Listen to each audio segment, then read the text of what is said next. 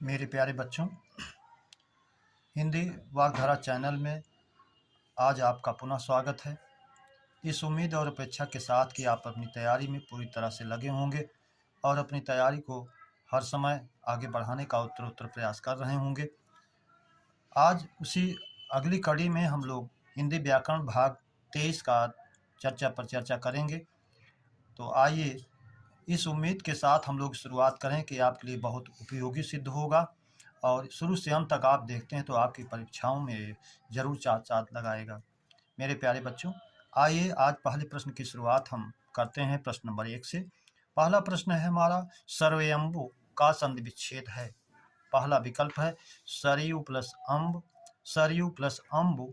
दूसरा है सी है सरयू प्लस मब, डी है कोई नहीं। तो जैसा हम जानते हैं ये सरयू प्लस अम्ब यह स्वर संधि का उदाहरण है, तो हमारा बी विकल्प सही हो जाता है। अगला प्रश्न है हमारा प्रश्न नंबर 2, धूमकेतु पर्याय है। धुआं का, धूम का, धूम्र का, अग्नि का। धूमकेतु धुआं है ध्वज जिसका, अर्थात यह अग्नि का ध्वज माना गया है धुआं, इसलिए हमारा विकल्प डी अग्नि सही हो जाता है। अगला प्रश्न नंबर 3, उपन्यास में इक प्रत्यय जोड़ने पर उसका रूप है उपन्यासिक, औपन्यासिक, उपन्यासक, उप प्लस न्यासिक। तो जैसा हम जानते हैं इक प्रत्यय जोड़ता है किसी शब्द में तो उसके पूर्व स्वर की वृद्धि हो जाती है, तो उ का औ हो जाता है, इसलिए विकल्प भी हमारा सही हो जाता है औपन्यासिक। प्रश्न नंबर 4, धरती का पर्याय है मेदिनी, बी क्षमा, सी धात्री, डी सभी। तो इस तरह से मेदिनी, क्षमा और धात्री ये तीनों पर्याय हैं, इसलिए विकल्प डी हमारा सही हो जाएगा सभी। प्रश्न नंबर 5, भाषा निर्माण का सही क्रम है। ए ध्वनि, शब्द, पद, वाच्य। बी शब्द, ध्वनि, पद, वाक्य। सी वाक्य, पद, ध्वनि, शब्द। डी शब्द, पद, ध्वनि, वाक्य। तो जैसा हम जानते हैं ध्वनि के बाद शब्द, शब्द के बाद पद, फिर वाक्य से भाषा का निर्माण होता है, इसलिए हमारा विकल्प ए सही हो जाएगा। प्रश्न नंबर 6, कहानी अनकहानी में समास है। अव्ययी भाव, बी द्वंद्व समास, सी तत्पुरुष, डी कर्मधारय। कहानी अनकहानी जैसा हम जानते हैं ये जो है विशेषण है दोनों, और दोनों उभय पद विशेषण है, इसलिए विकल्प डी कर्मधारय में जाएगा, विकल्प डी। प्रश्न नंबर 7, तद्भव तत्सम का अशुद्ध युग्म है। ए आखा का अखिल सही है, बी राई का राजिका सही है, सी सरसों का सरसप सही है, डी नींबू का निम्ब ये गलत है। नींबू का निम्बक होता है और नीम का निम्ब होता है, इसलिए विकल्प डी हमारा ये अशुद्ध हो जाएगा। प्रश्न नंबर 8, अशुद्ध वर्तनी की दृष्टि से है। ए उंगली सही है, बी बांस सही है, सी पांचवा ये अशुद्ध है। अगर दोनों पर चंद्र बिंदु ये होती, पा पर भी और वा पर भी, तो ये सही होता, विकल्प सी, इसलिए हमारा अशुद्ध है। दांत ये भी शुद्ध है। प्रश्न नंबर 9, किसमें एक प्रत्यय नहीं है। आध्यात्मिक, अधि प्लस आत्मा प्लस इक, इसमें उपसर्ग है इक है। बी पारलौकिक, इक प्रत्यय इसमें है, परलोक प्लस इक, पारलौकिक।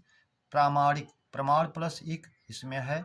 डी अत्यधिक, अति प्लस अधिक, इसमें यण स्वर संधि है और मूल शब्द अधिक है, इसलिए यही विकल्प जो है इक प्रत्यय इसमें नहीं है। प्रश्न नंबर 10, अशुद्ध शब्द है। ए परिषद, बी श्रीमान, सी श्रीयुत, डी सम्राट। तो परिषद, श्रीमान, सम्राट ये हल चिन्ह युक्त शब्द सही हैं। जैसा हम जानते हैं श्रीयुत प्रत्युत में अंतिम व्यंजन में हलंत नहीं लगता है अंतिम वर्ण में, इसलिए अशुद्ध हो जाएगा। प्रश्न नंबर 11, ऐसी कौन सी दो मात्राएं हैं जिनका प्रयोग तो किया जाता है किंतु स्वर में समावेश नहीं किया जाता। अंग, अह दोनों। तो अनुस्वार और विसर्ग हम जानते हैं, इसलिए विकल्प सी हमारा सही हो जाएगा। दोनों ही से कोई मतलब नहीं है। प्रश्न नंबर 12, भाषा की सार्थक लघुत्तम इकाई है? ए ध्वनि, बी वर्ण, सी वाक्य, डी शब्द। जैसा हम जानते हैं भाषा की लघुत्तम सार्थक इकाई शब्द होता है, तो डी सही हो जाएगा। प्रश्न नंबर 13, रूढ़ शब्द का अपर नाम है?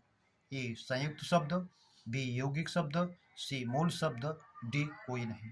तो रूढ़ शब्द उसको तोड़ा नहीं जा सकता, इसलिए उसको मूल शब्द कहा जाता है, इसलिए विकल्प सी हमारा सही हो जाएगा। प्रश्न नंबर 14, आधी रात का समय और दोपहर का सूर्य वाक्यांश के लिए एक शब्द होगा? निशीथ, मार्तंड, प्रदोष, अरुण, सी गोधूली, राका, डी त्रियामा कुहू। तो जैसा हम जानते हैं निशीथ आधी रात को कहते हैं, मार्तंड दोपहर के सूर्य को कहते हैं, इसलिए विकल्प सी ये हमारा सही हो जाएगा।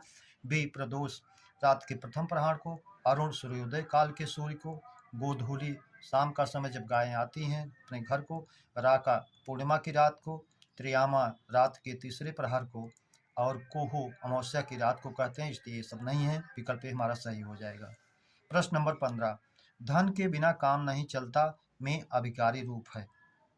समुच्चय बोधक, बी समुच्चय बोधक, दो पदों या वाक्यों को जोड़ने की बात नहीं है, इसलिए नहीं है। संबंध बोधक, इसमें बिना शब्द धन का संबंध चलना क्रिया था क्रिया से जोड़ रहा है, इसलिए बी विकल्प सही हो जाएगा। क्रिया विशेषण, क्रिया की विशेषता नहीं बता रहा, इसलिए नहीं है। विस्मयाद बोधक, विस्मय सूचक कोई शब्द नहीं है, इसलिए नहीं है, तो बी हमारा सही हो जाएगा। प्रश्न नंबर 16, निम्नलिखित वाक्यों में शुद्ध वाक्य है? संजीव ने मिठाई और पापड़ खाए, सही है। सीतांशु ने दूध और रोटी खिलाई, सही है। संजीव ने बैल और घोड़ा मोल लिए, ये भी सही है। उसने रुपये दिया। अब इसका नियम है, यदि कर्ता के बाद ने परसर्ग लगता है तो क्रिया कर्म के अनुसार रखी जाती है, तो ये भी सी में क्रिया कर्म के अनुसार रखी गई है, और डी में उसने रुपये दिए। अब उसने इसमें भी ने परसर्ग आया है, तो रुपये के अनुसार यहाँ दिए होता तो ये भी सही होता, इसलिए डी हमारा विकल्प सही हो जाएगा। अगला प्रश्न है, सफेद का पर्याय है? अवदात, वलक्ष, धवल, डी सभी। तो अवदात, वलक्ष और धवल तीनों सफेद के पर्याय हैं, इसलिए विकल्प डी हमारा सही हो जाएगा। अगला प्रश्न नंबर 18, 12वां विश्व हिंदी सम्मेलन कहाँ हुआ? भारत, बी मॉरिशस, सी सूरीनाम, डी फिजी। जैसा हम जानते हैं 12वां सम्मेलन विश्व हिंदू सम्मेलन हमारा फिजी में हुआ, इसलिए विकल्प डी सही हो जाएगा। प्रश्न नंबर 19, किस शब्द में वचन एक सा नहीं रहता? ए चाचा, बी मामा, सी काका, डी बेटा। तो बेटा का वचन एक समान नहीं रहता है, बेटा का बेटे भी हो जाता है, और तीनों विकल्प का नहीं होगा, इसलिए विकल्प डी हमारा सही हो जाएगा। आस्य का पर्याय है? नाक, मुख, नेत्र, ग्रीवा। तो आस्य माने जैसा हम जानते हैं आस्य माने होता है मुंह, तो मुख इसका हो जाएगा, नाक, नेत्र और ग्रीवा नहीं होगा, विकल्प भी हमारा सही हो जाएगा। अगला प्रश्न है हमारा, अशुद्ध विलोम युग्म है? ऋज का वक्र, सही है। बी उग्र का सौम्य, सही है। सी गोरा का सांवला, सही है। रव का आरव ये जो है पर्याय है, इसलिए विकल्प डी हमारा अशुद्ध हो जाएगा और ये सही हो जाएगा।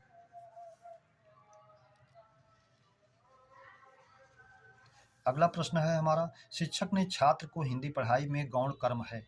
विकल्प ए हिंदी, विकल्प बी शिक्षक, विकल्प सी छात्र, विकल्प डी कोई नहीं।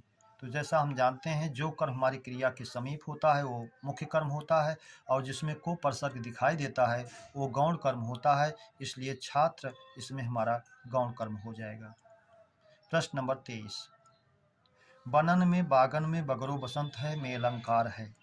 अब यहाँ वर्ण की आवृत्ति वर्ण की आवृत्ति बार बार हो रही है, इसलिए इसमें 6 का अनुप्रास नहीं होगा, इसमें एक बार आवृत्ति होती है। बी में अंत्यानुप्रास, ये भी नहीं है, अंतिम वर्ण की आवृत्ति नहीं हो रही है। लाटानुप्रास, वाक्य उपवाक्य की आवृत्ति नहीं हो रही, ये भी नहीं है। वृत्त्यानुसार जब एक ही वर्ण कई बार आए तो वृत्यानुप्रास होता है, विकल्प डी सही हो जाएगा। प्रश्न नंबर 24, मंगन को देख पट देत बार बार है में अलंकार है। इसमें पट जो है कई अर्थ दे रहा है, पट माने वस्त्र भी, पट माने द्वार भी, इसलिए श्लेष हो जाएगा। उपमा नहीं है, यमक नहीं है, रूपक नहीं है, विकल्प डी हमारा श्लेष हो जाएगा। अगला प्रश्न नंबर 25, राम ने धोबी को कपड़े दिए में कर्मक वाक्य है। एक कर्मक, द्विकर्मक, अकर्मक कोई नहीं, तो इसमें धोबी और कपड़ा दो कर्म है, इसलिए द्विकर्मक में जाएगा, बी विकल्प। अगला प्रश्न है 26, चालक द्वारा ट्रैक्टर चलाया गया में वाच्य है। ए कर्तृवाच्य, बी कर्मवाच्य, सी भाववाच्य, डी कोई नहीं। अब यहाँ कर्ता अप्रत्यक्ष रूप है, छिपा है, और ट्रैक्टर चलाया क्रिया का प्रभाव कर्म पर पड़ रहा है, इसलिए कर्मवाच्य होगा, विकल्प भी हमारा सही हो जाएगा।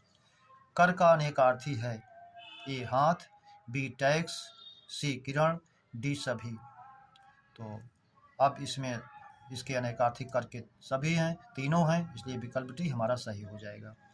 प्रश्न नंबर 28, क्रोध में संज्ञा है। जातिवाचक, बी भाववाचक, सी समूहवाचक, डी व्यक्तिवाचक। तो सुंदरता, प्यार, ईमानदारी, क्रोध, बचपन, ये सब भाववाचक में आते हैं, इसलिए हमारा बी विकल्प सही हो जाएगा, भाववाचक। सर्वनामों की संख्या है। ए 9, बी 6, सी 10, डी 11। जब संख्या पूछे तो हम 11 जो सर्वनाम होते हैं उनको बताना चाहिए, और जब भेद पूछे तो 6 बताना चाहिए। यहाँ उनकी संख्या पूछ रहा है, इसलिए विकल्प डी हम 11 सही मानेंगे। प्रश्न नंबर 30, अशुद्ध तत्सम युग्म है। ए अनार अग्निष्ठिका दोनों तत्सम हैं, बी गोधूम सरसप, अनार अनाड़ी का है, अंगीठी का निष्ठिका है, बी गेहूं का गोधूम है, सरसों का सरसप है, इसलिए ये भी है दोनों तत्सम। सी दही का दधी है, घी का घृत है, ये भी तत्सम है। डी पानी, पानी का तत्सम, पानी का तत्सम पानी। पक्का, ये तद्भव है, इसका तत्सम पक्क होता है, अगर पक्क होता तो ये भी होता, इसलिए विकल्प डी हमारा सही हो जाएगा। प्रश्न नंबर 31, राम भोजन करता होगा किस काल का वाक्य है। किस, तो संदिग्ध वर्तमान काल। अब कार्य के वर्तमान में होने में संदेह रहे तो संदिग्ध होगा। सामान्य भूत, अपूर्ण भूत, पूर्ण वर्तमान, जैसा हम जानते हैं इसमें कार्य के होने में वर्तमान में संदेह है। वाक्य के अंत में इसकी वाचक चिन्ह की पहचान भी एकता होगा, ती होगे तो ते होंगे आता है, इसलिए वाक्य हमारा संदिग्ध वर्तमान काल में जाएगा। मेरे प्यारे बच्चों, आज की श्रृंखला के प्रश्नों पर चर्चा हम लोगों ने की। यदि ये श्रृंखला आपको अच्छी बेहतर लगी हो तो इस चैनल को सब्सक्राइब, लाइक और शेयर अवश्य करें, यही आपसे अपेक्षा और उम्मीद है। पुनः अगले प्रकरण के मिलने तक आप सबको हृदय से धन्यवाद। जय हिंद, जय भारत।